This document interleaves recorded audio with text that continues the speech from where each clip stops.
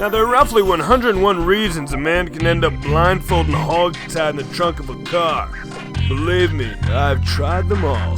But before we get into that, let me tell you how it all began. I was returning from a 5-year mission to seek out the world's rarest and most exotic spices. I came to port in the mysterious land called the Bronx. Hello, Baron. Where I was approached with a rare opportunity. John from Channel 67, BronxNet. I don't know if you got our telegram, but we would like to entice you to. We'd like to enlist your services as our new culinary correspondent. The Explorers Club described you as one of the great culinary adventurers, and they assured us that you would be very excited about this incredible opportunity. The strange man made a very interesting offer, but I like the sound of that. Culinary correspondent. I'd heard of this BronxNet. It was a network of the Baron? people. I stayed in my tent for what seemed like eons. Baron. And pondered.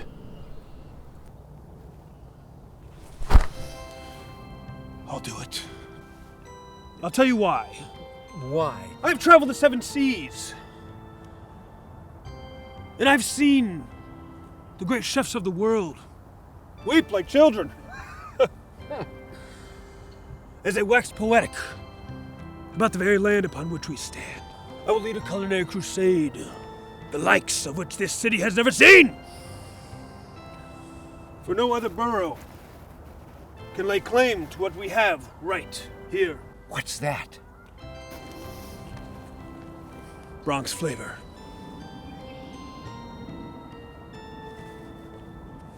Sign here.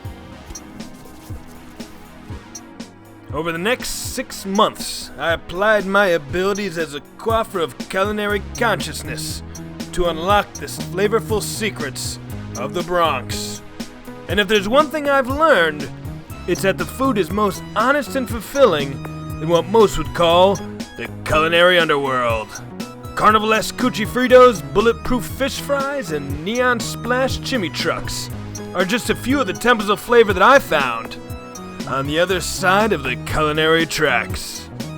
I discovered a refreshing frontier where herbs and spices still run wild and free, and necessity is always the mother of creation. Now, along the way, there were those who tried to stop and discourage me from uncovering all the delicious rough diamonds that has slipped so far beneath the Zagat radar. And the deeper that I dug, the more a sense I got that I was about to unearth something mammoth. Let's get back to why yours truly was shoved in the trunk of a car. It all began with the asking of one simple question. What is a pastel? Well, the long answer involves sex, magic, and survival. And the short answer goes a little something like this. A pastel is a form of tamale of Dominican or Puerto Rican origin. They're made from either yuca, banana, or plantain dough and stuffed with various savory fillings. Pasteles are available at Latin restaurants throughout the Bronx. However, the true connoisseur comes here to 984 Bronx Park South. For it is here that you will find the immaculate kitchen of a woman who has been dubbed throughout the Bronx as La Reina de Pasteles. Firstly, her unique recipe combines the best Puerto Rican and Dominican elements to come up with a hybrid, which is quite arguably the best pastele on American soil. It all starts by peeling the green bananas and soaking them in cold salt water to prevent them from turning brown. They're then cut up and combined with taro root, kombucha squash, a sweet banana, a mixture of milk, annatto seed, and various secret spices. Now, originally all these ingredients were grated by hand, but now, to be more sanitary, as well as keep up demand, Noemi uses a food processor. Meanwhile, she marinates then slow cooks the choice cut meat for over an hour, so that it's tender to the point of falling apart. Once prepared, these items are combined within a banana leaf, which will give it that special finishing taste. Now also, where many makers will use just a sliver of banana leaf to cut down on cost, Noemi encases the entire package in the leaf to ensure that crisp green finish. Then finally, the package is wrapped one more time in Pastel paper and Pastel string to protect it and enable it to be boiled safely for an additional 45 minutes. Now originally in Puerto Rico and Dominican Republic, only the banana leaf was used. However, when people first migrated to the US, banana leaf was not widely available, so the paper was substituted. Yet now it is the combination. The leaf gives the flavor and the paper preserves and protects. Noemi runs a successful business right out of her home. She provides several local restaurants with pasteles as well as selling them directly to her community. Her pasteles generally are sold by the dozen and stay good in the freezer for about 6 months. Her current menu features ground beef, chicken, and pork varieties in either the yuca or green banana dough. And recently, she has even begun taking special orders from vegetarian diners. So for those of you wondering if the taste of the pastele is worth all the work, maybe this will answer your question. Sunrise. I'm a single mother. I'm divorced and I have 2 kids. So I found myself spending an awful lot of time at work, and to see my kids growing and not be there for me was really hard. And I wanted to do something that would allow me to spend more time with my kids, but also make a living. And along came Pasteles, and here I am.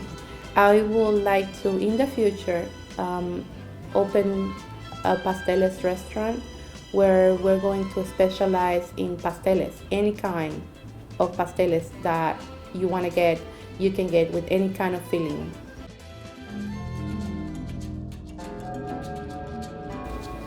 La Sociedad.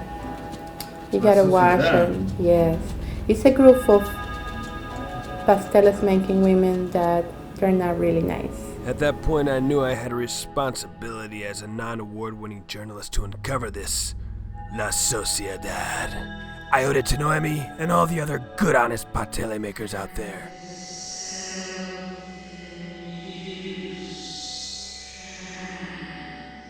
My name is Lieutenant Guanica.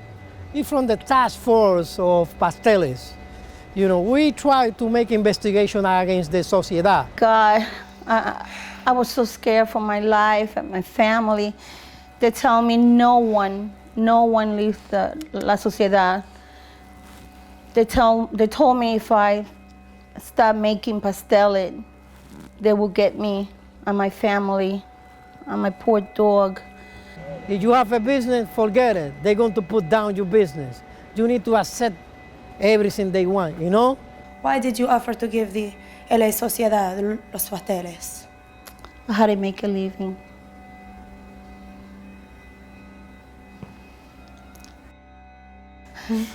Esos pasteles, those damn pasteles, really. And the person of that Sociedad, the leader, is Doña Sofrito. Doña Sofrito is very smart, very intelligent, but very mean too. Promise me you're not gonna show no one this interview, because we all gonna get in trouble. They're gonna come after me and my family. I don't know what's gonna happen any day and of every moment. We just never know. Take that lady out of business. Take that lady out of business. Please, call me. So as far as I can understand, La Sociedad is an organization of older, lusty, violent, pastele-making gangster women. So for all those pessimists out there who think dreams don't come true, explain that. Yes, Martin Pastel. I sense you have something to tell me. Doña, the Baron Ambrosia knows about you. He's been asking a lot of questions about La Sociedad. He's a fool. Let him ask whatever he likes. He could expose us with his little cooking show. Let me rob him. No. Let me scream. No! I've seen him eat. I think he is the one. on. Bring him to me, my little pilone. Yes, my doña. So, in the end, I guess you could say it was my own selfish agenda that landed me in the back of a car, speeding off to certain uncertainty. And loving every second of it. I mean, I could act like I tried to track them down to help society at large, but I'd be lying. All I really want to do is eat evil pasteles, make out with doñas, and compare battle scars. Baron Ambrosia. Doña Sofrito. I've heard that you have been asking a lot of questions about me. Yes, well, one question that's been eluding me since Jump Street. Have you fallen in with this whole Brazilian trend? Or are you keeping a barbarian down there? Wall to wall. Oh, a man like me very rarely throws all his cards on the table, but this whole, evil culinary mastermind thing you've got going on here has really got me open. I know, my baby little boy. That's why I made you this special pastel just for you. The human mouth needs 34 papillae to be considered a super taster. I've got 242. I'm counting on it. I'll be able to tell you what color socks you were wearing when you made this. Impressive.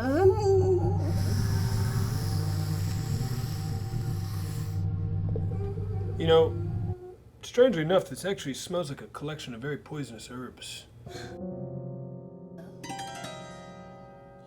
You know me so well.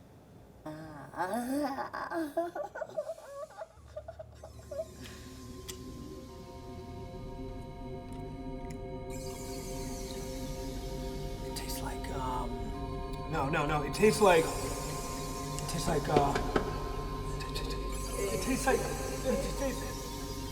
Tastes like nothing. I can't taste anything. Ambrosia, it tastes like nothing. Why? I have stolen your sense of taste, Baron. You see, I was born without taste buds. All my life, I have cooked, but could never taste. But I knew someday, someone with special taste buds would come along, and I would be able to steal. You will never taste again, Baron Ambrosia.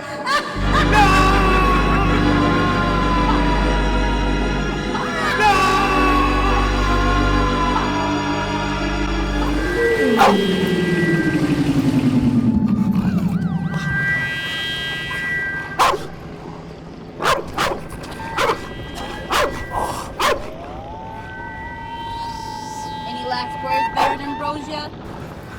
I actually made you a really great mixtape in the car right over here.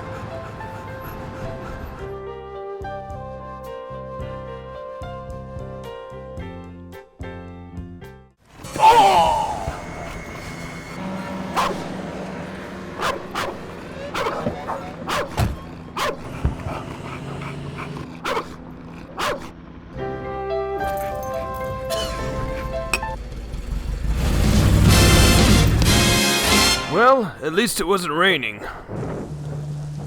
Fevered and alone, I wandered mindlessly through the unforgiving streets for what seemed like lifetimes.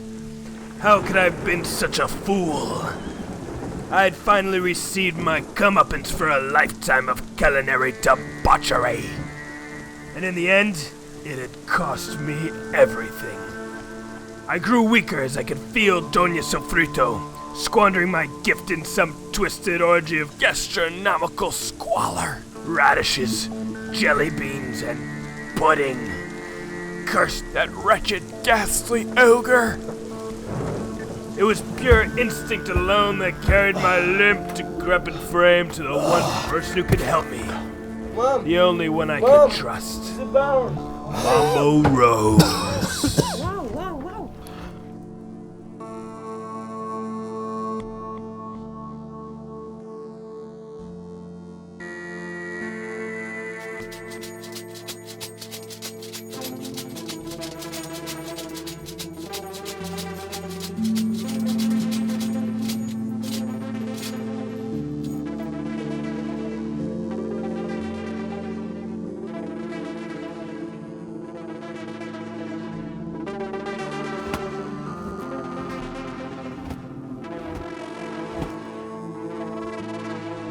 Using the gifts that were passed on to her by her mother, Rose has become a respected leader in the Haitian community.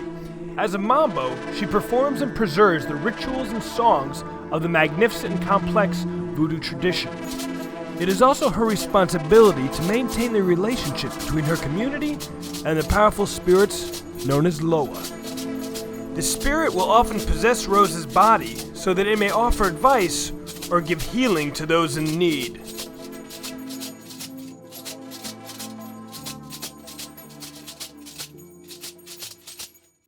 When not working as a healer, Rose remains quite busy designing clothing and creating artwork, both inspired by her spirituality and cultural tradition. Most recently, she has been commissioned to make all the costumes for Brett Bailey's production, Vodou Nation. Oh, I'm tired. Is the Baron gonna make it?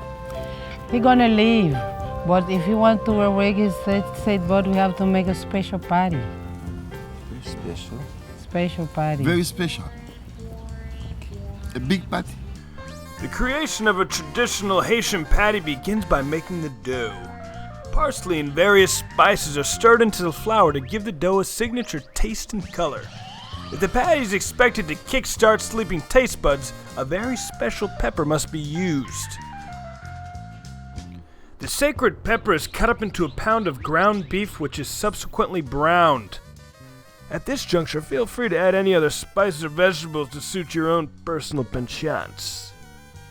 Once the meat is prepared, it is folded into the dough and can be fried or baked.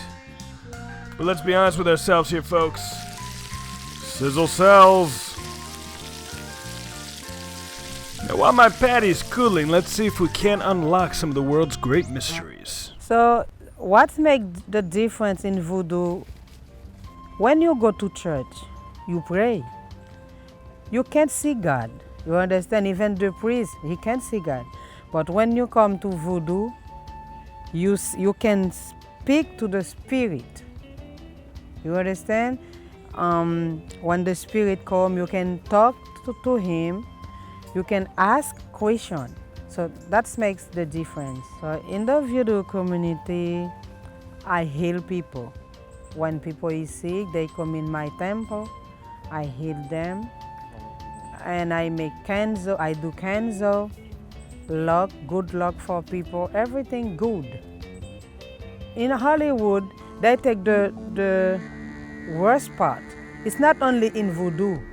Church, if you go to church, you find good people, you have bad people. It's not only in Vodou. So there is good thing in Vodou. There are a lot of people in Vodou who heal people when they are sick. I don't know why they take only this side in Vodou. And I think they know there is a good part in Vodou. That's why they show you this wrong part. They are very intelligent. There's those people who show you those things. They know where if you can find this bad thing in Vodou, there is a good thing. I know the spirit exists. The spirit are alive. So one day we can find people who show you the good thing and the good side in Vodou. Baron, Baron, Baron, Baron. Okay, eat this.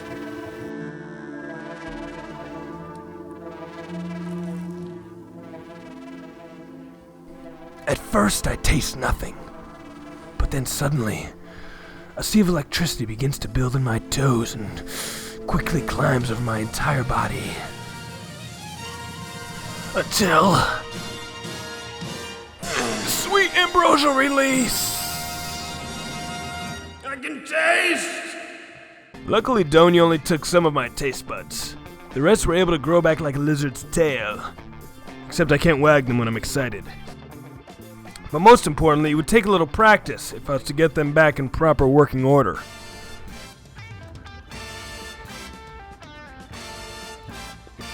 T-bone steak. Peanut brittle. Peanut brittle. Peanut brittle.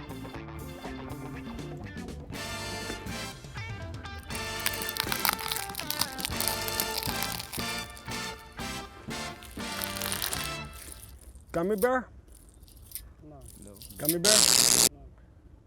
It's not a gummy bear? Apple? No. Tangelo? Lemon? Yeah! I could decipher basic tastes, but if I was to face off against the Donya, I would have to do a lot better than that. Water from a melted Ecuadorian glacier gathered by the son of a cobbler. I'm back. You want to try it more? No. Right now I've got a date with the Donya. You need our help? No, but thank you. There's something I have to do alone. But don't worry. I'm packing heat. But first off, I'm gonna need a suit so clean it's still got the tags on it. When I arrived, Doña Sofrito's lair smelled of stale scones and curdled overpriced lattes. The madness had to be stopped.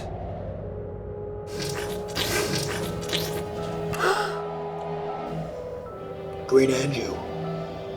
Picked by a 53-year-old Chilean woman with a limp and a taste for bourbon.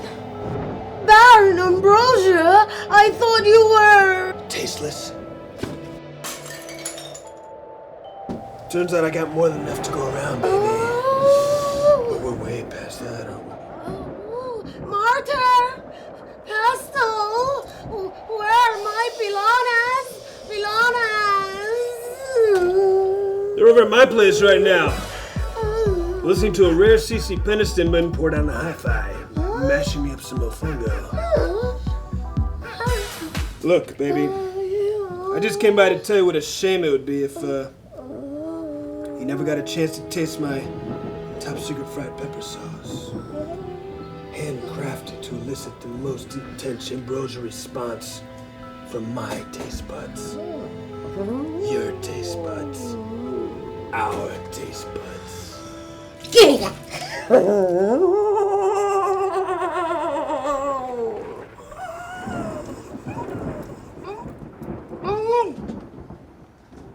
Bye, baby.